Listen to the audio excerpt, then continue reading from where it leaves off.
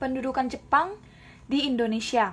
Nah, awal mula atau latar belakang nanti adanya pendudukan Jepang di Indonesia itu berawal dari tanggal 8 Maret 1942, Belanda menyerah tanpa syarat kepada Jepang dan ditandatanganilah sebuah perjanjian yang diadakan di Kalijati, yaitu di daerah Subang, Jawa Barat.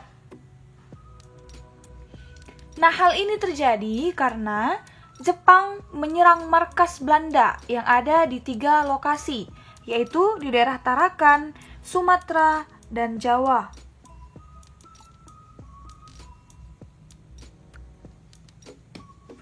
Tokoh yang menandatangani perjanjian Kalijati yaitu dari pihak Belanda namanya Jenderal Harry Tervorten.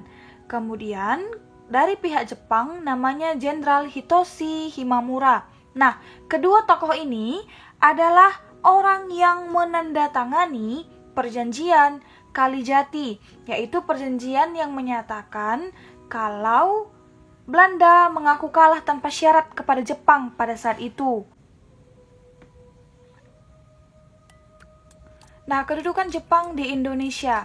Di daerah Jawa, Jepang pertama kali mendarat di Banten, kemudian Indramayu, Kragan yaitu daerah Rembang dan Tuban, serta mendarat di Surabaya. Nah, pada Maret 1942, Jepang menyerang Batavia dan Bandung. Maka sejak 9 Maret 1942, Indonesia menjadi daerah kekuasaan Jepang. Nah, tujuan Jepang menyerang dan menduduki Hindia Belanda atau Indonesia adalah menguasai sumber daya alam, terutama minyak bumi, guna mendukung industri dan kampanye perang Jepang. Nah, inti dari perjanjian Kalijati yang sudah ditandatangani antara pihak Belanda dan Jepang adalah Indonesia menjadi jajahan Jepang.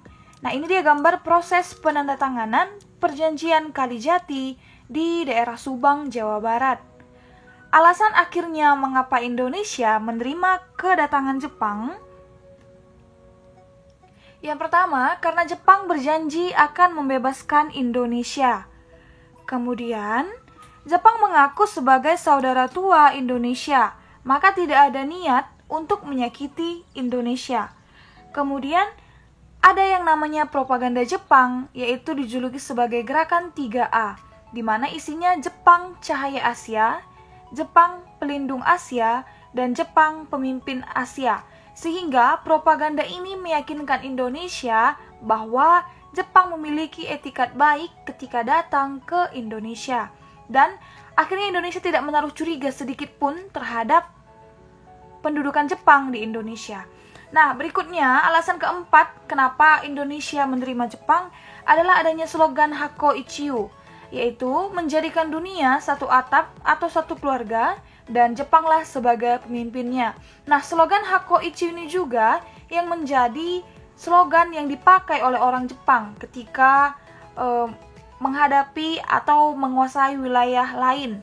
Ketika dalam Perang Dunia Kedua, Perang Dunia Pertama, bahkan ketika tiba di Indonesia, slogan inilah sampai saat ini digunakan oleh Jepang, sehingga tidak heran kalau negara Jepang sampai saat ini menjadi negara Asia yang bersaing dengan Amerika, khususnya di bidang teknologi. Nah, ini dia poster dari Gerakan 3A. Nah, ketika Jepang tiba di wilayah Indonesia, maka dia mendirikan 3 wilayah pemerintahan militer. Yang pertama, ada pemerintahan militer Angkatan Darat ke-25 yang berada di wilayah Sumatera dan pusat pemerintahannya ada di Bukit Tinggi. Nah, yang kedua, ada pemerintahan militer Angkatan Darat ke-16 yang dimana itu dibentuk di Jawa dan Madura dan pusat pemerintahannya Jakarta. Nah, ketiga, pemerintahan militer Angkatan Laut yang kedua, di mana daerah kekuasaannya ada Sulawesi, Kalimantan, Maluku, dan pusat pemerintahannya itu terletak di Makassar. Nah, ini dia ketiga wilayah pemerintahan militer Jepang yang didirikan di Indonesia. Nah, ini dia gambar pasukan dari tentara Jepang yang ada di Indonesia pada saat itu. Nah, respon bangsa Indonesia terhadap pemerintahan Jepang selama pendudukan Jepang di Indonesia yang berlangsung dari tahun 1942 sampai 1945, Jepang secara tidak langsung telah membawa dampak perubahan terhadap Indonesia. Kebijakan Jepang yang berusaha menghapus beberapa segala bentuk pengaruh Barat di Indonesia. Nah, pada Maret 1942, Jepang mengumumkan berdirinya Badan Penyelidik Usaha Persiapan Kemerdekaan Indonesia atau disingkat BPUPKI dan menunjuk Rajiman Wedyodiningrat sebagai ketua.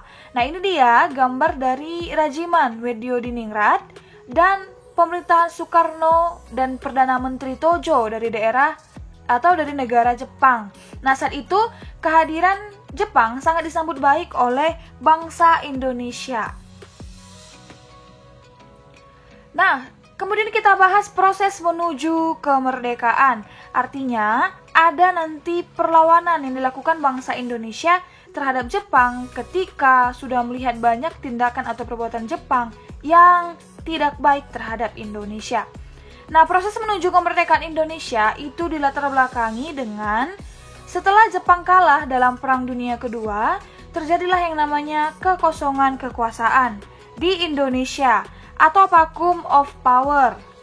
Nah, hal ini terjadi karena Jepang fokus kepada negaranya yang hancur akibat bom atom sekutu, yaitu kota Hiroshima dan Nagasaki. Dan Belanda saat itu belum tiba di Indonesia untuk mengambil alih kembali kekuasaannya di Indonesia.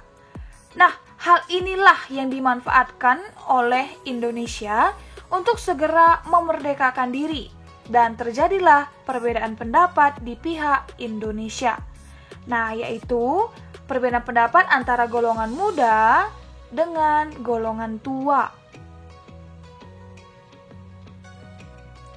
Nah, golongan muda itu siapa-siapa saja kah orangnya? Ini dia gambarnya. Ada Wikana, Dipa Nusantara Aidit atau disingkat DN Aidit, Khairul Saleh, Sukarni, dan lain sebagainya. Nah, ini tambahannya ada Sayuti Melik, Wikana, Yusuf Kunto, Adam Malik, sama Khairul Saleh.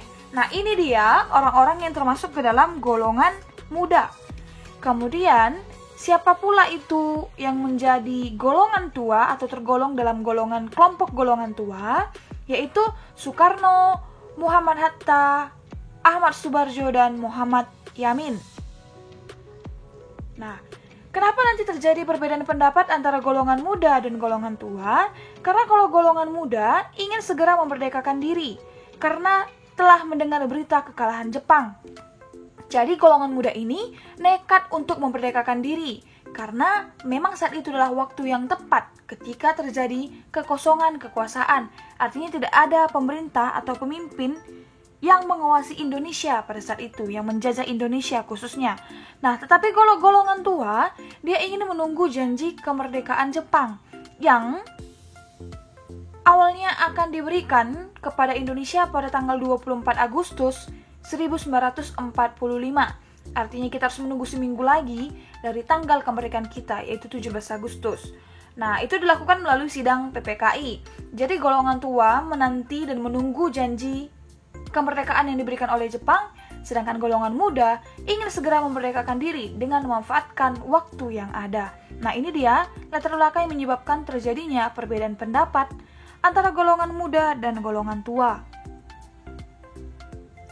Nah, ini dia kondisi rapat golongan muda yang diadakan di Rengas Dengklok.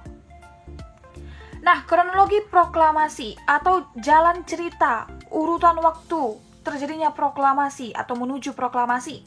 Yang pertama, pada tanggal 15 Agustus 1945 diadakan yang namanya Rapat Golongan Muda di Rengas Dengklok. Kemudian tanggal 16 Agustus 1945 penculikan Soekarno dan Muhammad Hatta ke Rengas Dengklok.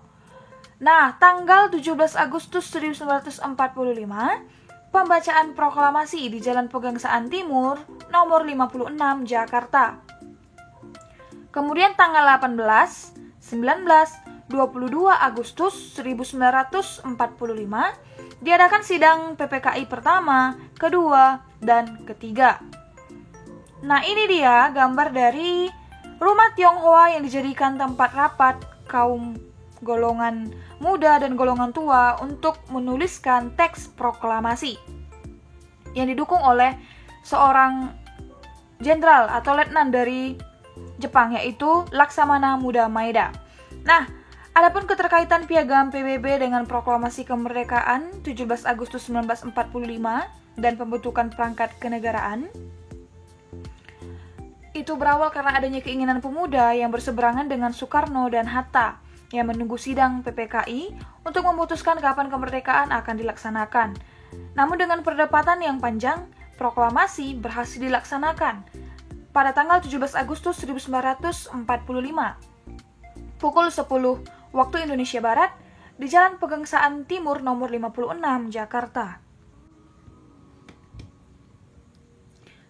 Nah, setelah membacakan teks proklamasi yang secara de facto kita sudah merdeka, maka diadakan sidang PPKI yang dilaksanakan 3 kali. Nah, sidang PPKI yang pertama itu dilakukan tanggal 18 Agustus 1945. Sidang yang diadakan secara aklamasi ini atau secara pemilihan oleh satu orang ini, yaitu Otto Iskandar Dinata, menetapkan pembentukan Undang-Undang Dasar 1945, kemudian mengangkat Soekarno dan Hatta sebagai Presiden dan Wakil Presiden Republik Indonesia, dan membentuk Komite Nasional. Nah, ini gambar Soekarno dan Muhammad Hatta sebagai Presiden dan Wakil Presiden Republik Indonesia. Kemudian diadakan sidang PPKI yang kedua, yang dilaksanakan pada tanggal 19 Agustus 1945, di mana sidang PPKI yang kedua ini menetapkan pembagian wilayah Indonesia ke dalam 8 provinsi, membentuk Komite Nasional Daerah, dan menetapkan 12 departemen dan 4 menteri negara. Kemudian selanjutnya diadakan sidang PPKI yang ketiga, yaitu pada tanggal 22 Agustus 1945, di mana di sini ditetapkan Komite Nasional Pusat, membentuk Partai Nasional Indonesia, dan BKR atau Badan Keamanan Rakyat.